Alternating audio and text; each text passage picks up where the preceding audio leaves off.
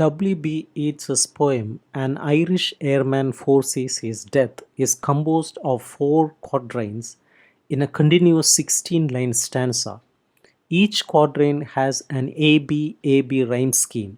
The poem uses the iambic tetrameter form and employs alliteration. The poem utilizes end rhyme and has an A-B rhyme scheme.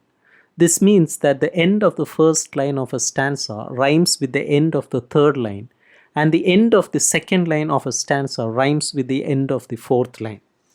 Let's see the summary of the poem.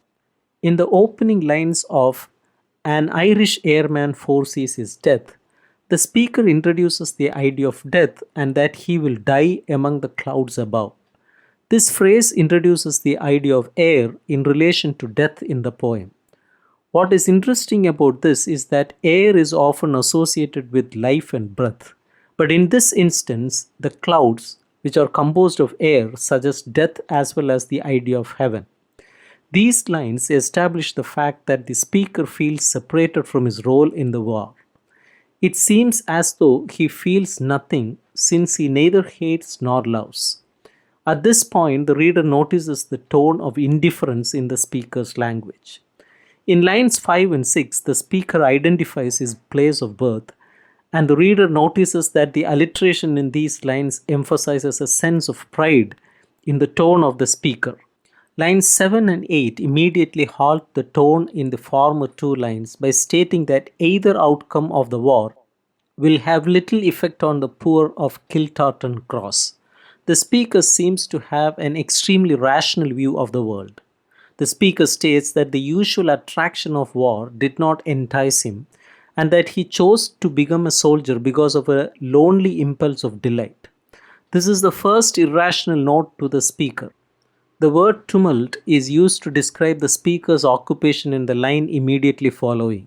This is in sharp contrast to the extremely rational view of the speaker earlier in the poem, and since it is juxtaposed with the clouds, it brings to mind the subject of heaven that was introduced at the beginning of the poem. The last 4 lines balance the rational and irrational aspects in the poem. The speaker reveals that the rational world he comes from offers irrational answers to problems such as war, while the irrational world of the clouds offers both an impulse of delight and death. The speaker balances life and death by comparing them both to a waste of breath. This brings back the idea of air as life, but it is labeled as waste. By equating life and death, the speaker enables himself to accept his death. It is clear that the pilot serving in Britain's Royal Air Force does not feel patriotism in the traditional sense of the word. He neither loves the ones he protects nor hates those he fights. He does feel a sense of identity, but it is with the people of Ireland, specifically those of the Kiltartan. The reason this does not seem to make sense to the reader is that the political situation he lives under has split the word patriotism into 2 meanings. Usually, we think of a patriot as fighting for his or her own country. In this case, though, because Ireland is under British control, the country that the airman is fighting for is one country, while his country is a completely different one to him. One imagines that much in colonial life must have created this sort of dilemma, with citizens owing their loyalty to both the government over their heads and also a distant government across the sea. Yeats has dramatized the situation to its fullest by putting the airman in a life or death situation. The poem also makes the situation as pathetic as it could be by having the airman lay down his life for the country in which he does not believe. It is arguable whether his approach would be as effective in stirring Irish patriotism as well as straightforward pro-Irish poem would. But Yeats was writing about an actual occurrence, and this issue of dual loyalty certainly is worth being examined.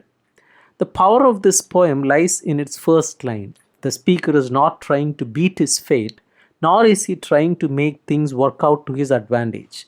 He is so certain that he will die that he uses the term meet my fate to mean the same thing as die, accepting the fact that he has no other possible fate except dying.